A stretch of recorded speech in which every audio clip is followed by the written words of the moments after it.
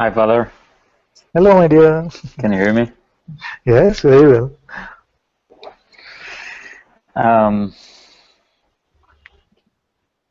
so in the last few weeks, I've been dealing with more, I guess, mundane issues than what Anil has Yeah. been discussing with you. Uh, Yeah. so relating to relationships, it seems to be a very good satsang. Bringing up all the Oh, skeletons from the closet or whatnot, and various sages have had different approaches, and I'm wondering, what's your guidance here? I heard, I think it was actually with Anil that you talked about it pretty recently, and what I got from it was just to surrender it all at the feet of the master, which I'm not sure exactly in a very pragmatic level what does that mean, but yeah. um, so specifically, I've heard Muji say many times, just focus on establishing yourself as a self, or stay as a self, um, which seems to be working, but then sometimes um, I get into that loophole of, or into that um, corner of being a spiritual jerk, and sometimes that's not even observed, or it's only in hindsight that I become aware of that. And then I know Adya has this approach where he says dive into the specific thoughts and feelings into in a certain conditioning that you have, and really get down to the bottom of it, both on the mind and the feeling level, which I Yeah. really appreciate. Yeah. The problem I found was that it becomes more of a heady process. Mm. When I journal and I write it, there's a lot of clarity that comes up on the Yeah. one hand, but then it doesn't go away. I mean, that pattern keeps coming back. And the other problem I see, which is even more, it's kind of the 1-2 punch that you talk about, is that once I start dealing with these things, Yeah. then I start identifying with this, like all of a sudden I'm not identifying as the awareness, but rather as this far from perfect personality, which I'm obviously not perfect and will never be, but it just gets kind of more into that, I don't know, Okay, let's pause here to money level. make sure that I'm understanding where we are so far. So you say that the root of some trouble seems to be relationship, and then the various approaches that you're trying to use to not be a spiritual jerk or to take the stress or the trouble out of this relationship. You see, so you're trying to journal and you're trying to remain as a self. You're presumably trying not to believe your thoughts, and all of these strategies are really, you feel, not really helping as much as they should. Is that what you're basically saying so far? Yeah, sort of. Like the approach I feel as remaining as a self or not buying your next thought seems to hold water to a certain level. The problem is, in a relationship at least, you get the feedback, which is pretty immediate, Yeah. and then if you're causing your Take an partner to be example. miserable. Can you illustrate It this could be with an it could be example? very mundane things. Sometimes I don't even understand what's triggering, but obviously something she said triggered something in me, and I'm feeling pissed off, and sometimes it comes over Yeah. like a dark cloud that I'm not even clear what, like it was nothing if you look at objectively of what happened and the sequence of events, but it doesn't really matter. It's just a feeling, and it comes up, and there's this dark cloud, and then I can say, well, I'm aware of this, but it doesn't matter. I'm still acting out that dark cloud, and so she sees that, and she's, it triggers all of her stuff going on, so it becomes this kind of ping pong of identification, and it's not getting anywhere. But so if I just try to stay as I am and let that cloud go by itself. If I was alone, it wouldn't be a problem. But if I'm in the context of being with someone, that's a little bit more problematic, and it feels sometimes as spiritual bypassing or whatever, or kind of Advaita in a way, like I'm aware of it, it's nothing. Advaita denial. Yeah, like I mean, I have an angry face, but I'm not really angry or whatever. The angry face is just an appearance. yeah, it's just a conditioning, but whatever. It's not me. And when I start with kind of more diving into that specific whatever pattern in the recommendation that Adya talks about, I'm probably not doing it right, because it just, or maybe it's more like weeding, and it's more of a recurring thing, and it doesn't go off at once. And then I know Rupert talks about not dealing with any specific conditioning, but just he has his approach of viewing more yoga meditations or whatnot. Anyways. Yes. Okay, so let's look at this. This is very good. Few points can come up in response to this. First is, you reminded me that somebody said, Hari said the other day, where is Hari? He didn't come? Oh, there he Hari is keeping track, and he's saying that, Father, in your satsang, there's 100% record for finding relationships. I said, I didn't know this is what's happening in satsang. 100% what? 100% record for people finding relationships. Okay. So, yours is not. Presumably, you didn't find your partner in our satsang, but the numbers who are finding partners are increasing, presumably. The second more important and the real point is that none of these things, whether you follow Guruji, you follow me, you follow Adya, Rupert, anyone, none of these things will really work. You see, work if there's a person there trying to make his or her life better by using a particular technique.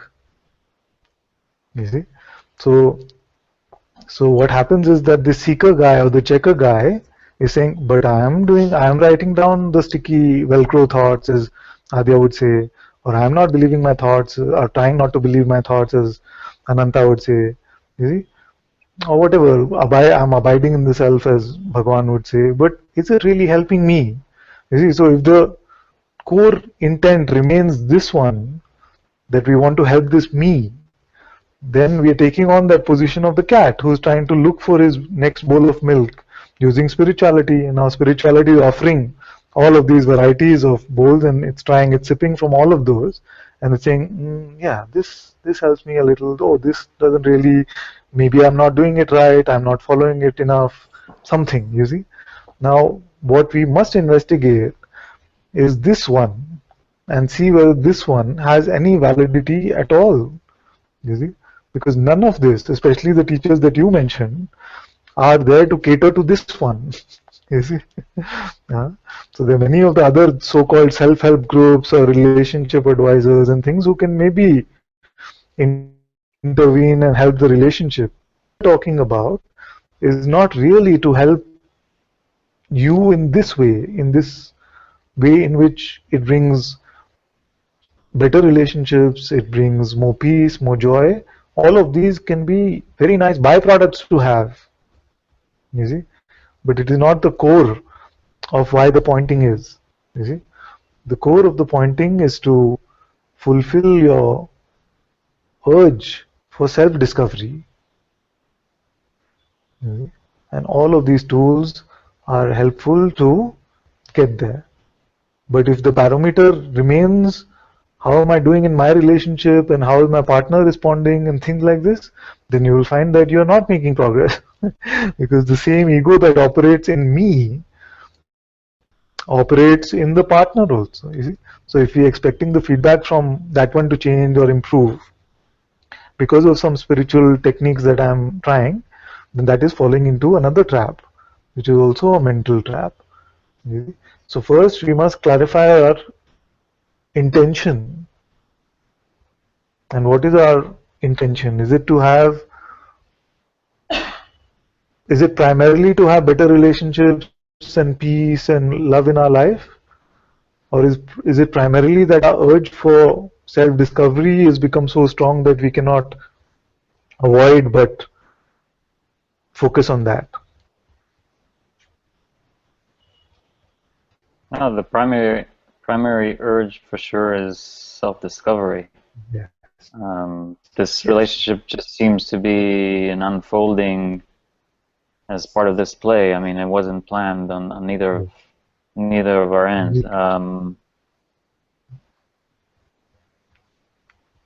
Yes. So then let's see the me that wants to have better relationship. Do we want to continue to cater to that one, or can our urge for self-discovery continue irrespective of what's happening in the life of this one? The latter, for sure. Yes, this is very good. You see, because otherwise, what can happen? It can be in relationships or money issues or work issues or health of the body issues that we get sidetracked in some way, and we keep expecting that should become better as a barometer or a benchmark for how well I'm doing spiritually. You see, so that is one.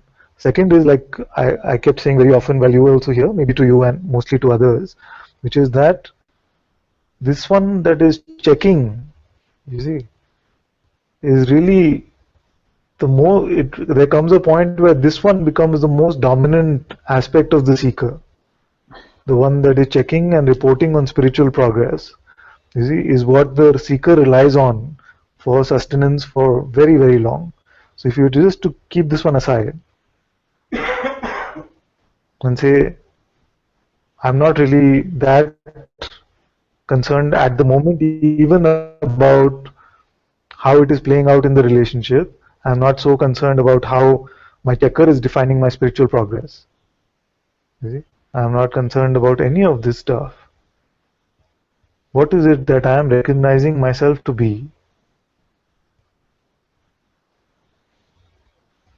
You see? And the mind will resist this question because it says, no, I know this. So, yeah, but it's good to just bring ourselves back and say, am I aware now, or who am I, or who is aware of this awareness? Just to check like this. And to see that I have always been only this awareness, untouched by any of this play. And from here, from this space of emptiness, if we take what Guruji says to be the self and the self alone, to remain in this emptiness, or to not believe the next thought, you see, it's all the same thing. But the starting point must be this emptiness. The starting point cannot be the seeker or the checker or the relationship guy.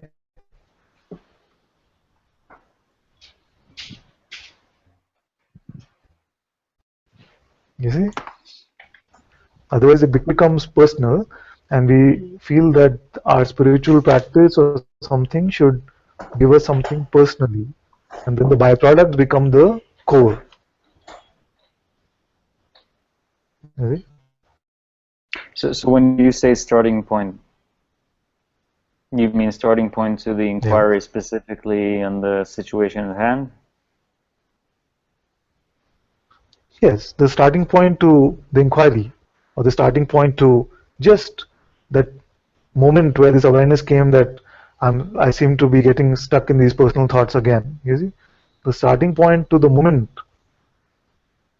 of insight has to start with this coming to this space of emptiness, and to see that the only way the pretense of personhood can now continue is that if I believe my next thought, therefore we are allowing them to just come and go.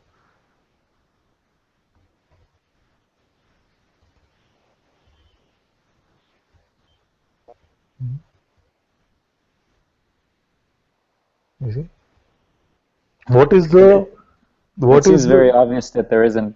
Sorry. yes? So it's important to see what is the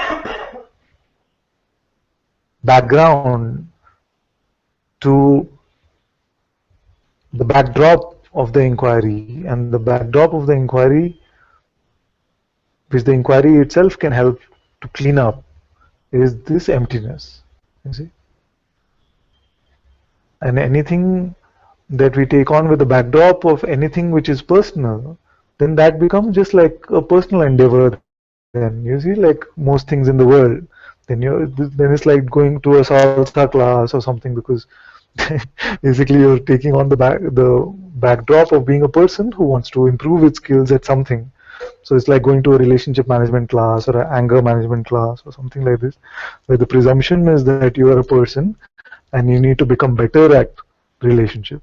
You see, but here what we're saying is that the context must now become this emptiness, and the play should become whether what are the buttons which get pressed to make me pretend to be a person again. So from here, whether you follow Adya's advice to write down those sticky thoughts, or you follow me and say not believing the next thought, or you follow whatever the sages have said, then really no trouble. But if you keep the person alive over there and say, but is this really helping? It's not really going away. You see, then that itself means that the context was wrong. So if I hear you right, it means that I have to establish myself as who I truly are before I even decide whether I want to explore with any one of those pointings some, Yes. Yeah. let's call it contraction, or some kind of pattern that seems to be arising. Yeah. Yes. That is, and to the mind it might seem counterintuitive in some sense. You see, to the mind, because there's that. Oh, but then how do I come to this emptiness? So therefore I can give this pointing only to those who have had the recognition of what they are. For those who have not had the recognition of what they are, I cannot really say, okay, you must start with that emptiness. But for you and the others who've been in satsang for so long, you see, I have to say that whatever brings you to this emptiness, the seeing of yourself as this no thing, you see, start from that perspective, and you'll find then that any of these pointings which are not really meant for that will drop, will not be so strong. And what's the second part you said, as far as I heard, was not to let the person or the mind be the barometer of whether this is helping in any way, shape, or form. Exactly. Because you might say tomorrow that, Ananta, I followed what you said, and you know, my relationship is even worse today than it was yesterday. You see, so I take no guarantees about how it works over there. But usually, strength in the personhood, you will find that in most situations, you will find more peace which comes, and this spiritual jerkiness will also start to drop off more and more, usually.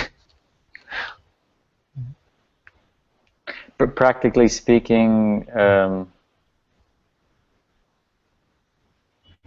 if there's a hot, let's say, situation at hand, like sort of a strong conditioning comes up, and you don't.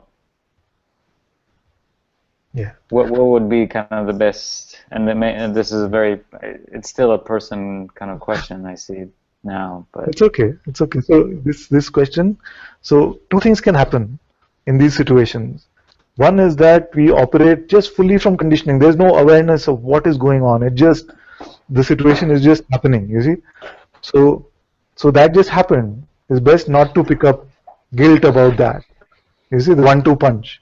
So if it was like that, if there is a moment of insight that comes even in a strong situation like this, you see, some have reported, like Shivani said once, that in the middle of a strong situation, suddenly some insight came and both of us started laughing. You see? So it can come like that. A moment of insight, if it comes, then if that moment of insight comes, then you can apply any of the techniques. Who is it preventing myself to be right now? Or am I believing my thoughts? Don't believe the next thought. But that depends on whether that moment of clarity came in the midst of strong situations or not. Many times it doesn't come.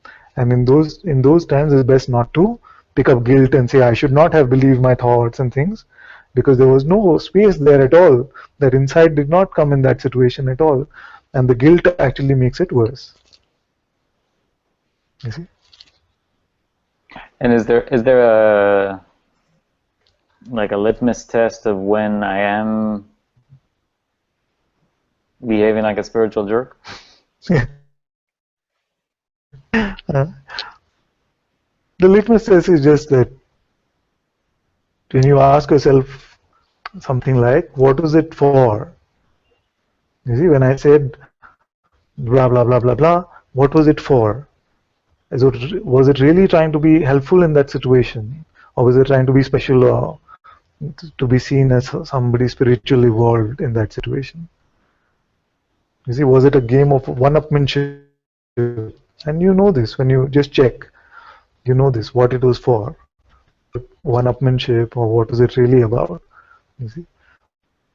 And no need to delve too much into that.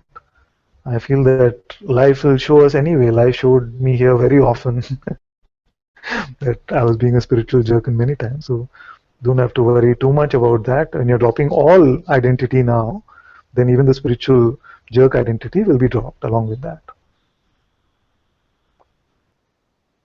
You see? So let these come as insights. Don't make your primary project to get rid of the spiritual jerk. The primary project is still self-discovery and letting go of the false conditioning. The byproducts are all of this: better relationships, spiritual jerk. All of these are the byproducts that will happen on their own organically. So don't change your sights from this self-discovery to not being a jerk or having a better relationship.